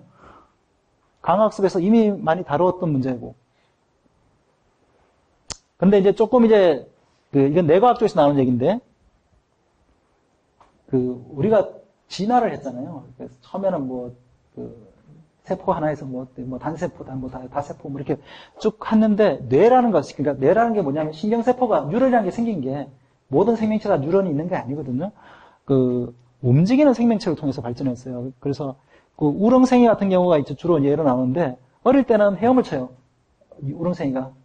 그때 유생일 때는 이때는 그렇게 신경을 가지고 있습니다. 왜냐하면 내가 어디 부딪히거나 하면 딴 데로 헤엄쳐야 되기 때문에 감각을 하고 뭔가 판단해가지고 의사결정을 해야 되지 않습니까? 그런데 어떤 바위나 이런 데 딱 붙어가지고 정찰을 해버리면 그냥 이때까지 있던 신경세포들 다 먹어서 그냥 영양분으로 섭취를 해버려요. 이제 그래서 뇌가 없어져 버리는 거죠. 그래서 이러한 사례를 가지고 이렇게 얘기합니다. 사람이든 생명체든 간에 뇌라는 것은 결국은 사람이 생명체가 움직이기 때문에 필요한 거다. 그렇기 때문에 의사결정을 해야 되는 거죠. 움직이지 않으면 의사결정이 필요 없을 거다. 그럴 수도 있지 않습니까? 그리고 이러한 것에 반대하는 주장들이 있어요. 지능이라는 것은 생명체만의 것이다. 라고 하는 경우가 있습니다. 우리가 언뜻 생각에는 조금 이해가 안 되는 부분이긴 한데 어쨌든 그런 얘기를 합니다. 그래서 생명체는 자기 복제를 해서 정식하는 존재인데 인공지능이 과연 정식할 수 있느냐, 세포 분열을 할 수 있느냐, 자기 복제할 수 있느냐, 이런 얘기도 하기도 합니다. 근데 이제 언뜻 생각해 보면, 근데 AI라는 것이 만약에 자기 복제를 하지 않더라도 뭔가 영속적으로 살 수 있으면 우리가 어떤 그룹 자기와 유사한 것들이 어떤 유지라는 게 사람은 생명이 유한하기 때문에 사실은 자기 복제를 합니다 않습니까? AI 같은 경우는 생명이 안 유한할 수도 있잖아요. 무한할 수도 있지 않습니까? 우리가 보는 시간 하에서는. 그러면 굳이 이렇게 복제를 통해서 종호 유지를 할 필요가 있을까? 이런 의문도 생기게 됩니다. 어쨌든 지능이라는 것은 좀 철학적인 문제이긴 하지만 의사결정을 하는 문제라고 할 수 있습니다. 그래서 아까 전에 하사비스가 처음에 이제 알파고를 들고 났을 때 알파고 보니까 몬테카를로 리서치 보니까 하면서 여기서 직접 패스트 롤아웃하고 직접 바둑을 막 두잖아요. 하면서 이렇게 복잡한 바둑 로직이 알파고에 들어있는데 이게 어떻게 범용지능이라 할 수 있냐라고 제가 조금 비하를 했어요. 그래서 알파고는 바둑만 잘 두지 장기는 못 둔다 그랬는데 그랬더니 하사비스가 얼마 전에 알파제로를 들고 나왔습니다. 바둑이든 체스든 장기든 규칙만 알려주면 여기 이 돌 뚫을 수 있고 없고 이것만 알려주면 무조건 다 학습할 수 있다. 실제로 그렇게 검증이 됐죠. 그래서 착수 방식 그리고 규칙만 사람이 딱 지정해주면 나머지는 스스로 다 학습을 하더라. 사람이 필요 없다. 이런 얘기를 하는 겁니다. 그러면은 사실 언뜻 보기에 이것은 상당히 그러면 범용지능에 근접한 게 아닌가. 이게 아까 제가 하사비스의 소개를 드린 이유도 하사비스가 평생 하고 있는 일이 천재가 하고 있는 일이 범용지능을 만드는 일이거든요.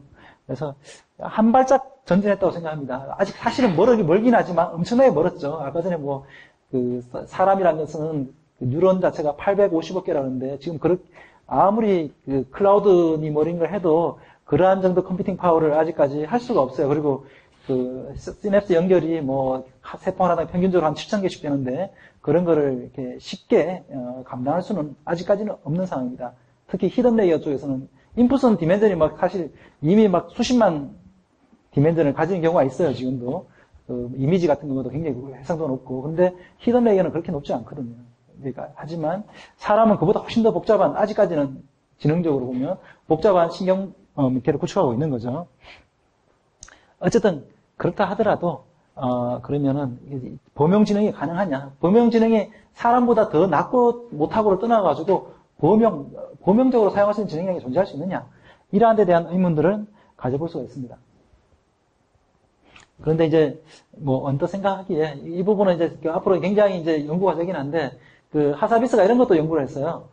사진 같은 걸 딱 찍어 놓으면, 여기에서 물체를 인지하는 거예요. 여기 물체가 동그라미 공 모양이 있고, 원뿔 모양이 있고, 정육면체 모양이 있네? 이런 걸 다 인지하고요.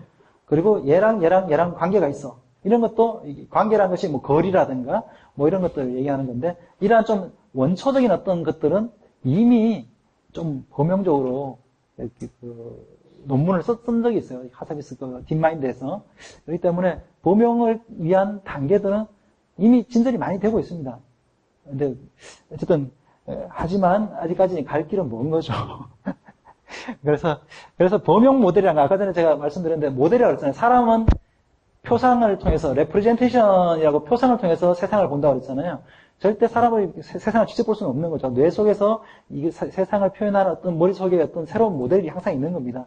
그걸 통해 가지고 세상을 만들고 가설을 세우고 세상에 했다가 또 피드백을 받으면 옵저베이션 통해서 반영을 하고 이런 걸 해가지고 계속적으로 학습을 하고 있는데 과연 인공지능이 그러면 어떤 세상에 대한 시뮬레이션이 가능하냐 그러한 이슈가 있겠죠.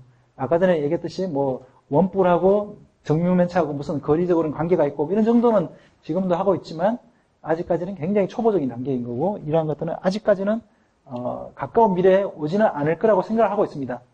그런데 모르는 부분이 있는 거죠. 신경망이라는 게 학습을 생각보다는 잘한다는 거예요.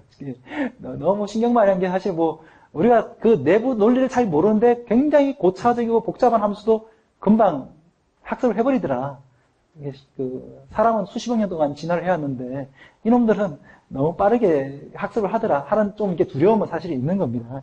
그래서 정말 월드 시뮬레이터가 가능할 거냐 이거는 지금으로서는 아직까지 모르고 있습니다. 네, 이제 결론부 마지막인데 좀 이제 쓸데없는 얘기가 될 것 같고요.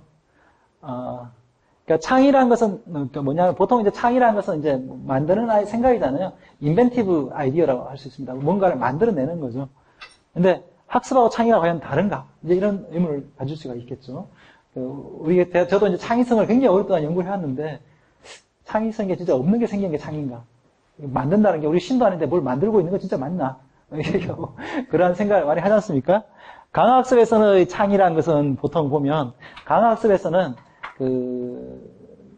일정 비율을 할 때, 액션을 취할 때, 내가 가장 효용이 높은 쪽만 하는 게 아니에요.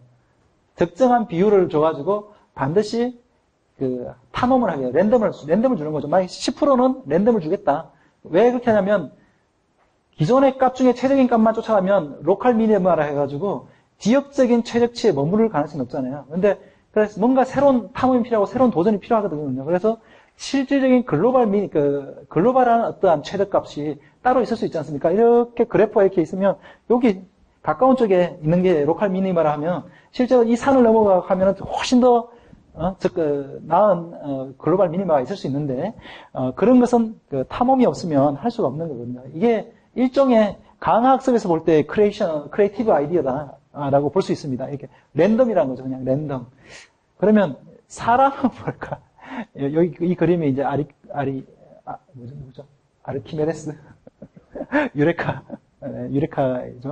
네, 목욕탕에서 자기 물이 넘치는 걸 보고 금의 무게를 부피별로 부피와 질량과의 관계를 계산해가지고 금의 무게를 계산할 수 있겠다. 그래서 금이 순금인지 가짜금인지 판별할 수 있겠다. 이런 생각을 했었죠. 그래서 목욕탕에서 뛰어나왔다고 벌거벗고 뛰어나왔다고 이제 유레카라고 그러는데. 과연 이제 유레카 이런 아하 현상이라도 하는데 아하 이런 아이디어들이 과연 없다가 생긴 거냐? 아니면 사람이 아까 전에 저장된 표상이라는 게 있다 그랬잖아요. 기억들이. 아까 전에 뭐 이렇게 시냅스가 자꾸 강화되고, 혹은 시냅스가 자꾸 강화되면 이제 새로운 뭐 그 세포가 만들어지면서 그 장기 기억으로 들어가기도 하는데, 이러한 것들이 연결돼가지고 맺어지는 거냐. 이게 그런 것들은 아직까지 답은 없습니다. 실제로 근데 이렇게 믿어져요. 그러니까 그 이미 저장된 기억들을 내가 이 전전두엽이라고 하는데, 전전두엽에서 직접적으로 시퀀셜하게 바로 딱 아이디어를 내지 못하지만, 이게 자꾸 이제 질문을 던지고 나면 언젠가는 머릿속에 있는 어떤 다른 조금 자주 생각하지 않았던 아이디어랑 연결이 돼가지고 머릿속에 기억하고 연결돼가지고 이게 창의가 되는 게 아니냐라는 주장이 있습니다. 그리고 혹은 그 약간 오래된 것들은 아까 전에 제가 LSTM 하면서 하나는 그 기억을 하는 게이트고 하나는 까먹는 게이트거든요. 포겟 게이트라 가지고 어떤 것 우리가 좀 시간이 지나면 망각을 하지 않습니까? 사람은 망각을 해야지 평화롭게 살 수 있는데 그런 어느 정도 무뎌지고 흐려진 기억들과 내가 새로 질문을 던진 기억하고 연결이 좀 잘못돼 가지고 비슷하게 옆쪽에 연결돼 버린 거죠. 그러한 것들이 이러한가 이런 것이 연결이 될 수 있네를 몰랐는데 잘못 연결돼 가지고 비슷한 아이디어가 나와버린 겁니다. 그게 답이 되는 게 아니냐. 뭐 이런 것들이 이제 크리에이티비티가 아니냐라는 주장들이 있습니다. 그래서 창의성이란 그런 거라고 하는데 어쨌든 여기 제가 생각할 때는 창의성도 외부에서 갑자기 누군가에서 완전히 없던 것에서 딱 생기는 것을 창의라고 하지 않는다. 그러면 기본적으로 사람의 학습과 창의는 유사한 부분이 있다. 이제 제가 말씀드리고 싶은 부분 그 부분이고요. 그리고 이제 아까 전에 이제 계속 의사결정, 지능이란 게 의사결정이다. 그렇게 얘기했잖아요. 그러면 강화학습에서 보면 아까 예상 리워드, 지금 적자적으로 바로바로 액션을 줬을 때 오는 값들이 리워드였고 그것이 장기적으로 축적이 돼가지고 장기적 기대값 리턴이라는 게 온다 그랬지 않습니까? 그의 기대가 사람이라는 것은 그 장기적 기대값에 의해서 의사결정을 하는데 사람은 학습된 기대값도 있고 의지도 있습니다. 앞으로 내가 뭐가 돼야겠다. 모르면 그에 따라가지고 또 어떤 의지나 목표를 가지고 어떤 리워드가 안 오더라도 할 수가 있지 않습니까? 목표도 리워드라고 할 수도 있고요. 그런데 그럼 목표란 뭐냐? 의지는 어디서 주어지느냐? 이러한 또 이제 철학적인 질문으로 이렇게 인공신경망을 하다 보면 자꾸 이런 쪽과 연결이 됩니다. 그리고 이제 자유의지는 존재하는가? 이게 굉장히 이제 많이 알려진 실험인데요. 요즘 이제 뇌파를 가지고 다이어그램 그려가지고 이게 언제 어느 부위가 활성화되는지를 가지고 여러 가지 뇌실험을 많이 하기 때문에 하는데 우리가 실제로 결정을 내리는 거는 내가 공을 던져야지 이렇게 막 딱 던져야지 하고 그때 이제 바로 딱 무슨 스위치를 누르게 돼 있는데 그러한 판단을 딱 해가지고 공을 던져야지라고 딱 판단을 하고 딱 스위치를 눌렀는데 실제로 계측된 걸 보니까 그보다 10초 전에 이미 의사결정이 돼버린 거예요. 그럼 난 10초 전에 의사결정을 해놓고 10초 후에 내가 지금 공을 던질 거라고 내가 마음을 먹고 있어라고 생각을 한다는 거죠. 그래서 그런 걸 가지고 의사결정을 내리는 게 아니고 의사결정을 내린 걸 마치 의사결정을 내리고 있다고 착각하는 거다. 이렇게 해서 그래서 프리는 없다. 이런 주장을 내과학 쪽에서 사실 많이 하고 있습니다. 이거는 실험적으로 굉장히 많이 나오는 얘기고 물론 이제 반론도 있습니다. 애기에서는. 그러한 부분들은 이제 목표라 의지라는 것도 그러면 정말 사람이 어떤 영혼에 의해서 주어지는 거냐 아니냐 이런 질문을 던질 수가 있는 거죠. 이제 그래서 뇌과학 쪽에서는 영혼에서 주어지는 건 아닌 것 같다. 적어도 특히 이제 내가 뭔가를 결정을 하고 이게 요즘 이제 미국 쪽에서는 이제 명상이 굉장히 유행을 하는데 명상 같은 경우도 그런 게 있습니다. 명상에서 명상할 때 호흡에 집중하고 어쩌고 하다가 하는 게 있어요. 내가 어떤 생각을 하고 있는지를 느껴보세요라는 게 있어요. 이 말이 뭐냐면은, 생각을 내가 하고 있는 건데, 내 의식을 내가 볼 수가 있어요. 이걸 메타의식이라 그러는데, 그 얘기는 내가 어떤 전전두엽이라는 걸 컨트롤하는 부분이거든요. 컨트롤을 하지 않더라도 이미 생각들이, 잡생각들이 막 하는 거죠. 그런 것들이 계속 돌아가고 있는 거예요, 이미. 그걸 내가 인지를 늦게 하는 거죠, 인지를. 그리고 사람이 나이가 들면, 그런 것들을, 이게 괴로운 생각들 같은 것들, 이런 것들 떨쳐버리기가 점점 더 힘들어져요. 그런 것들도, 좀 강화되는 거죠, 사실은. 이제 그러한 생각들이. 그런 것들도 프리라고 생각하는 게 있는 거죠. 나 되게 독특한 현상인데, 나의 신경세포들이 이미 생각을 하고 있고, 나의 전전두엽이라든가 이쪽 부분에서 인지를 하는 거. 이런 걸 이제 메타의식이라는데, 이러한 관계도 있다. 그래서, 어쨌든 사람이란 것도 완전히 너무너무너무 신비로운 그런 존재는 아닐 수도 있다. 이런 가설을 세울 수가 있고요. 그렇게 보면 인공지능에게도 뭐 의지라든가 목표가 있을 수도 있는 거 아닌가. 그런 얘기를 해볼 수 있겠습니다. 그리고 이제 뭐 요즘 이제 이건 정말 이제 무협지 같은 얘기인데, 공존이란 게 뭡니까? 공존이란 게 같이 사는 거잖아요. 우리 남한과 북한이 공존하는 거는 어떻게 보면 힘의 균형이 있기 때문에 공존을 하고 있는 거죠. 한쪽 힘이 엄청나게 셌으면 야 조용히 해 이렇게 해버릴 수도 있는데, 아니면은 이해관계가 같다든지, 뭐 엄마랑 그 뭐 자식은 일반적으로 이해관계가 그 공통의 이해관계를 가지지 않습니까? 그러면은 뭐 힘이 그 아들이 힘이 세다고 아빠를 그렇게 때리지는 않잖아요. 이게 뭐 그런 것들처럼 이해관계 공유하면 공존을 할 수 있는 거죠. 그리고 또 한 가지는 이제 지능이라는 것이 정말 우리가 살아올 때 요즘 이제 뭐 공감의 시대니 뭐 이런 얘기 하는데, 정말 제대로 된 지능이라면 그러한 배려나 존중이나 뭐 공감 이런 것도 해야 되는 게 아니냐, 뭐 이런 생각도 할 수 있겠죠. 근데 그런 반면에 이제 인공지능이 그 스카이넷처럼 이렇게 지배를 하게 되면, 걔네들이 배려해준다고 배려해주면 아프리카 자연보호구역의 사자처럼 이렇게 배려를 해주는 게 아닌가 하는 또 그러한 또 상상도 해볼 수가 있습니다. 네. 그리고 이제 요즘 이제 많이 나오는 이게 이제 스카이넷이죠. 이게 터미네이터 영화에 나오는 스카이넷인데, 그 로봇이 인공지능이 이제 지배하는 세상이잖아요. 네. 여기 이제 특이점이라는 말을 요즘 많이 쓰고 있습니다. 싱귤러리티라는데, 특이점이 뭐냐면 일단은 인공지능의 지능 발전이 막 급속하게 이루어지는 거예요. 이때까지는 굉장히 좀 완만하게 이루어졌는데, 어느 순간 갑자기 막 이게 지수함수처럼 이렇게 막 급속하게 폭발적으로 이루어지면, 그렇게 되면 이제 비생물학적인 지능의 총합이 사람과 개 뭐 다 합쳐가지고 생물학적 지능의 총합을 넘어서는 시점이 갑자기 오는 게 아니냐, 이런 우려를 갖고 있고, 그 점을 보고 보통 싱귤러리티라고 얘기를 합니다. 그렇게 되면, 이런 상황이 온다 그러면 이제 미래가 인공지능의 이제 의지에 따라서 결정될 수 있겠다, 이런 얘기를 할 수 있고요. 이건 제가 초등학교 들어가기 전에 했던 만화 영화 같은데, 잘 모르실 거예요. 철인 28호라고. 노래 가사에 이런 게 나옵니다. 철인은 무전기다, 복종뿐이다, 뭐 이런 얘기가 나오고. 그래서 무전기를 쟁취하려고 엄청 싸워요. 어쨌든 간에 철인은 시키는 대로 한다, 뭐 이런 얘기가 있는데, 이게 어떻게 보면 의지를 부여하는 거죠. 무전기가. 근데 이제 지능이라는 것은 단순한 지시뿐만 아니라 장기적인 보상을 가지고 할 수 있지 않습니까? 아까 전에 알파고도 결국은 리워드가 아니라 리턴 밸류 펑션이 따로 있다 했잖아요. 그것도 학습되는 뉴럴 네트워크를 통해서 학습되는 밸류 펑션을 가지고 동작을 하는 건데, 그러한 장기적 보상에 따라서 인공지능은 독자적인 판단을 할 가능성이 사실은 얼마든지 있는 거죠, 지금. 그죠? 그리고 인공지능이 팔렛을 갖고 있다는 것은 여러 개 취할 수 있는 액션이 있다는 뜻이거든요. 인공지능은 바둑을 두는 알파고는 액션이 바둑 돌두는 것밖에 없지 않습니까? 근데 뭐 월드 시뮬레이터를 가지고 있고, 월드에 대해서 뭔가 뭐 액션을 가질 수 있다. 만약 요즘 전투 로봇 얘기가 많이 나오던데, 전투 로봇은 총 쏘고 뭐 미사일 쏘고 이게 액션이지 않습니까? 그런 걸 할 수 있는 뭐 그런 것도 당연히 사람이 프로그래밍 할 수 있는 거죠. 리워드 펑션을 그렇게 줘버리면 상대적으로 자율적으로 인공지능이 활동할 수 있는 가능성은 지금도 많이 존재를 하는 겁니다.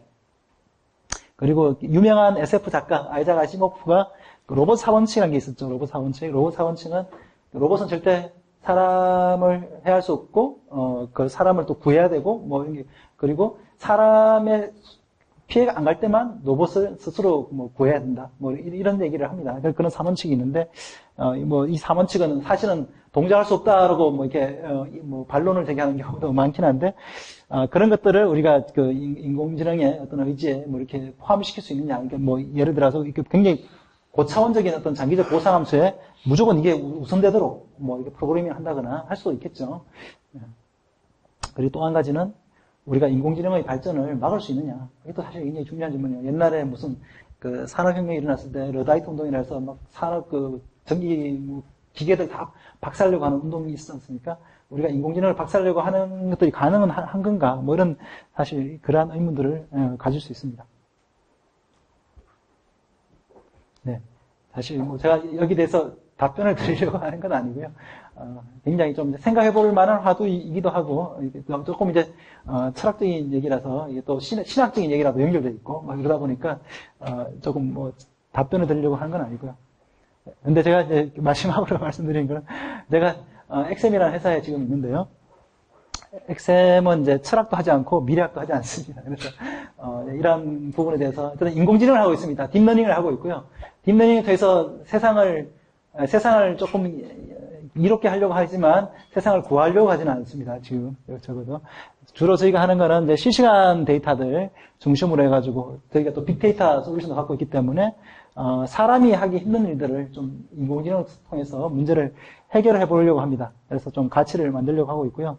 특히 이제 저는 이제 그 개인의 창의, 뭐 창의 잠깐 얘기했는데 개인의 능력도 중요하지만 한 명의 천재도 중요한데 같이 팀이 이루어져가지고 좀 이렇게 머리를 잘 써가지고 인공지능의 적용 부분을 자꾸 확대하는 이런 것들에도 좀 이제 관심을 많이 갖고 계속적으로 좀 연구를 진행하고 있습니다. 그리고 마지막으로 한 가지 말씀드리면 아까 제가 잠깐 말씀드렸는데요. 이 머신러닝하고 그 딥러닝하고 뭐 다르냐, 같은 거 아니냐 이렇게 얘기하는 사람도 있고 다르다고 얘기하는 사람도 있습니다. 근데 이제 왜 저는 딥러닝을 약간 선호한다고 저는 말씀을 드렸는데요.